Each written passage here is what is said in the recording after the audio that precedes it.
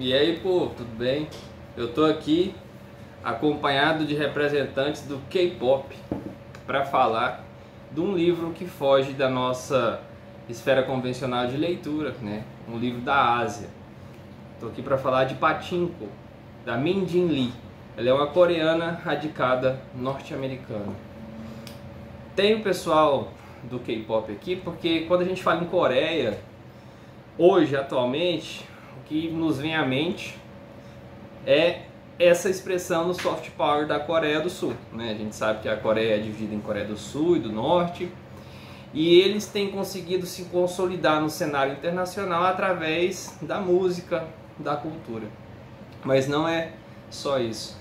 Esse livro aqui, da Min Jin Lee, ele foi publicado recentemente, originariamente publicado em 2017, e ele vai nos contar uma história de praticamente 4 gerações. Ele começa no início do século XX, em 1910, e vai até 1989, é quase um século. São 4 gerações e através delas a gente conhece um pouco mais dos preconceitos, da cultura coreana e japonesa. Vamos começar pela capa. Pachinko, eu não sabia o que era Pachinko, né? Pachinko é o nome de um jogo. Se a gente fosse trazer pro Brasil, né, talvez um sinônimo parecido seria o pinball. O pinball, só que lá é algo muito arraigado na cultura japonesa, coreana. É uma máquina com bolinhas que você coloca uma ficha, parece muito, é uma espécie de caça-níquel, né? O que já quebra um paradigma, uma visão, um estereótipo que eu tinha, né, do pessoal da Ásia, né, sempre muito rígido, né, mas eles também têm seus vícios, né. O Pachinko, inclusive, é bem famoso lá no Japão, na Coreia, e alguns dos personagens vão inclusive se tornar proprietários de salões de Pachinko. Mas como a história começa? A história começa em 1910, em um contexto no qual a Coreia, ela começa na Coreia, numa ilha, numa pequena ilha do interior da Coreia, um contexto em que a Coreia ela é colonizada e dominada pelo Japão. Então é um contexto de imperialismo japonês sobre a Coreia. A primeira geração, a gente vai conhecer a Yang Jin. A Yang Jin é uma jovem simples, de família modesta, que vai se casar com Rune, que também é um coreano simples, humilde, trabalhador, né? Começa aí, mas logo a gente percebe aquela que vai ser uma das principais protagonistas da história, que é a filha desse casal, que é a Sunja. A Sunja, e esse é um dos momentos, esse primeiro momento para mim, inclusive, é um dos momentos mais interessantes do livro. A descrição da Min Jin Lee é muito bonita, do espaço, do ambiente, da própria subjetividade da personagem, da Sunja, que é uma adolescente ali por volta de 15, 16 anos, no início do século passado, que acaba se apaixonando e se relacionando com um homem, o Hansu, que é um coreano também, só que um coreano poderoso, mais velho que ela, mais de 30 anos. Ela se apaixona e se envolve com ele, acaba engravidando do Hansu, só depois percebe, descobre na verdade, que ele é casado, que ele tem 3 filhas, e ela vive essa situação de desonra, sem saber o que fazer diante daquela gravidez, e ela decide sumir da vida dele, né? Ele propõe continuar tendo uma relação íntima com ela, mas na Coreia. Ele propõe a ela que ela fosse a mulher dele na Coreia, mas ele não poderia se casar com ela porque ele já era casado no Japão. Ela não aceita isso, e no meio disso, dessa turbulência na vida dela, num contexto que a mãe dela já é viúva, ela cuida de um pequeno pensionato, aparece um pastor cristão lá naquele local, né, no qual o cristianismo ainda é pouco consolidado, doente. Eles recebem esse pastor e ele acaba tendo que ficar naquela pensão delas por um tempo, é o Isaac. E ele descobre essa situação e entende como um chamado divino para ele enquanto um líder religioso. Ele acha que ele tem que salvar ajudar aquela jovem, a Sunja, que está grávida, que vai estar sem alguém para assumir aquela criança. Ele resolve se casar com a Sunja e vai levá-la junto com ele, que ele vai começar a trabalhar como pastor numa igreja no Japão. Ele leva a Sunja com ele. Essa criança nasce, o Noah, que a princípio não sabe, né? Ele foi criado como se filho fosse do Isaac. Só que isso num ambiente muito tenso, e a gente vai se defrontar com a primeira questão, que é a xenofobia. Eles são coreanos e vão para o Japão e sofrem muito com isso. E é uma coisa que me chocou, eu desconhecia. Há uma xenofobia, pelo menos naquela época, em relação aos coreanos. Os coreanos eram tratados como cidadãos de segunda classe. Pelos japoneses, sofriam muito preconceito. Eles vão morar com o irmão do Isaac, num bairro pobre, num bairro periférico. E aí começa, na verdade, da sequência, essa vida de percalços que a Sunja vai ter. Ela foge do ranço, só que depois haverá um encontro. Mas antes disso, o Isaac acaba falecendo, mas ele tem um filho com a Sunja, que é o Mozazu. E depois, aí a gente já está entrando na terceira geração. Com o tempo, o Noah vai se destacando na escola, que é o filho da Sunja e do Hanso. E o Mozazu, ele não é aquele aluno esforçado e acaba começando a trabalhar num salão de patinho. Daí o nome da história. Outro traço marcante, né, é o machismo daquela sociedade, né, e explica muito porque a Sunja considerou o Isaac como um salvador dela, que se dispôs a casar com ela, mesmo ela estando grávida de uma pessoa. Agora você pensa, no início, lá na década de 1910, na Coreia, alguém se dispôs a isso, né? Fica evidente em uma passagem todo esse machismo inerente àquela sociedade. A conversa se dá no seguinte sentido: ainda quanto ao casamento dos pais da Sunja. Nada de dote, é claro, mas certamente o pai não deve esperar muitos presentes. Quem sabe algumas galinhas poedeiras, tecidos de algodão para as irmãs da noiva, 6 ou 7 sacas de painço para a passagem do inverno. Como não ouviu protestos diante da lista, a casamenteira ficou mais confiante. Talvez uma cabra ou um porco pequeno. A família é tão pobre e os preços das noivas caíram muito.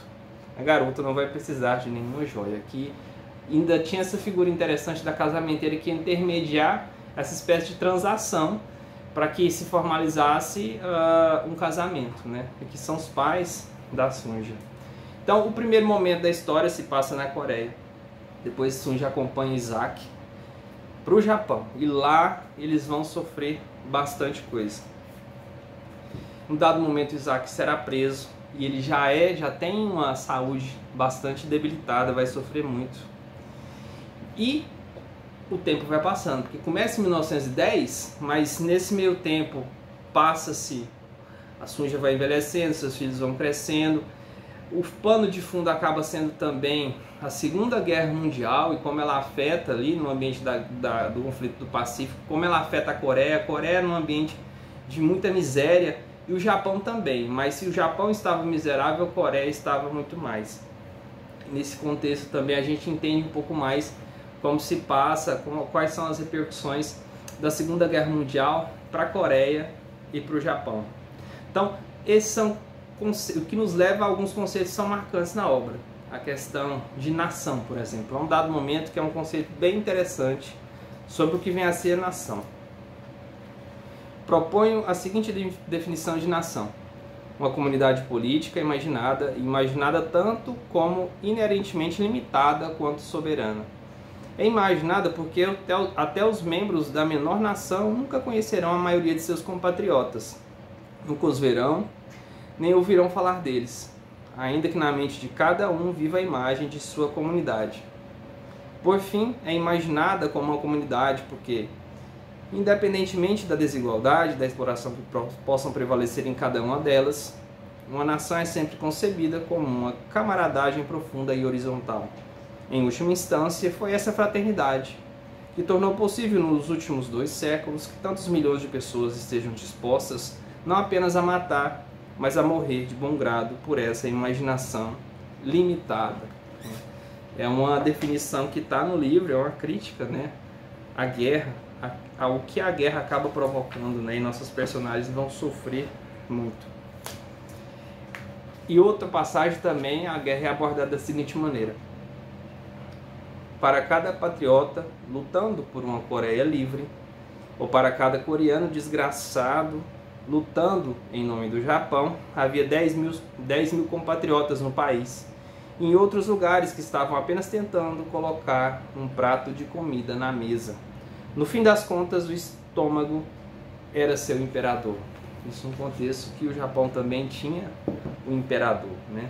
E como era a realidade, falava mais alta a miséria do que outras questões nacionais, mas que acabam impactando nossos personagens.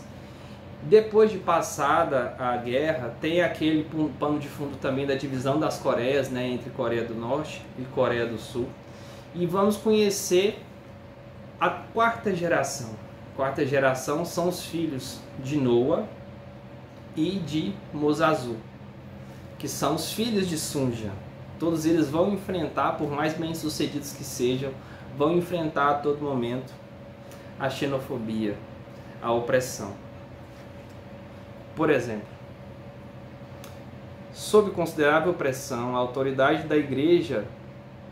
competente da igreja presbiteriana havia declarado que a cerimônia obrigatória nos santuários shintoístas era um dever cívico e não religioso.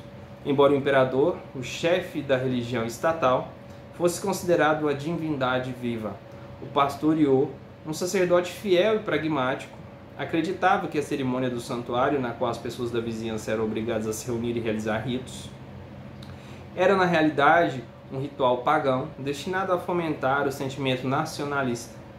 Embora reverenciar ídolos fosse ofensivo ao Senhor, o pastor Yu incentivava Isaac, Hu e sua congregação a observar o ritual shintoísta para o bem da comunidade. Ele não queria que seus paroquianos, muitos deles recém-apresentados à fé, fossem penalizados pela previsível resposta do governo à desobediência, que era prisão e morte, né? Ainda tinha isso também. Além da xenofobia, tinha o choque cultural, a questão religiosa, né? O cristianismo lá no Japão, ao menos naquela época, creio que ainda hoje, era minoria, então era algo que era mal visto pela maioria das autoridades. Eles eram forçados a participar de rituais shintoístas que não eram aqueles nos quais eles acreditavam, mas ainda assim o faziam porque as penas eram muito severas. Então o livro a gente vai conhecer a Coreia, vai conhecer a mãe da Sunja, a Yang-gi, depois a Sunja, o relacionamento dela tumultuado com o Hansu, o sumiço do Hansu por mais de 10 anos, os filhos, o nascimento dos filhos Noa e Mosazu, depois com a morte de Isaac, o retorno de Hansu à vida de Sunja, ela vai perceber que ele a estava monitorando. E, por fim, o nascimento da terceira geração, que são os filhos dos filhos da Sunja. No meio disso tudo, xenofobia, uma busca por identidade, que é uma realidade também muito forte que eu desconhecia, né? Coreanos, mesmo que tenham nascidos no Japão, não são reconhecidos como japoneses e sofrem muito preconceito e xenofobia por conta disso. É um novelão muito bem escrito. Me prendeu mais o início dele, né? Mas eu acredito que vale assim a leitura. E aqui a gente dá margem, né? A gente usa aquela ideia de que a gente consegue viajar através da literatura, e através desse livro aqui a gente consegue conhecer um pouco mais sobre a cultura, os costumes, as percepções e a sociedade coreana e japonesa. E eu lembro de uma fala de muitos escritores, de que, às vezes, alguns assuntos, se a gente fosse estudar num livro acadêmico sobre a xenofobia dos japoneses em relação aos coreanos, isso atingiria um dado público. Mas a literatura, ela não é engessada, ela não é restrita ao linguajar acadêmico, então ela atinge muita gente. E essa é a beleza da literatura, ela é livre. Então, através da literatura, através desse livro, certamente a autora consegue alcançar muito mais gente do que um artigo de opinião alcançaria ao abordar a questão coreana, japonesa. Fica a dica, leia Pachinko, da Min Jin Lee.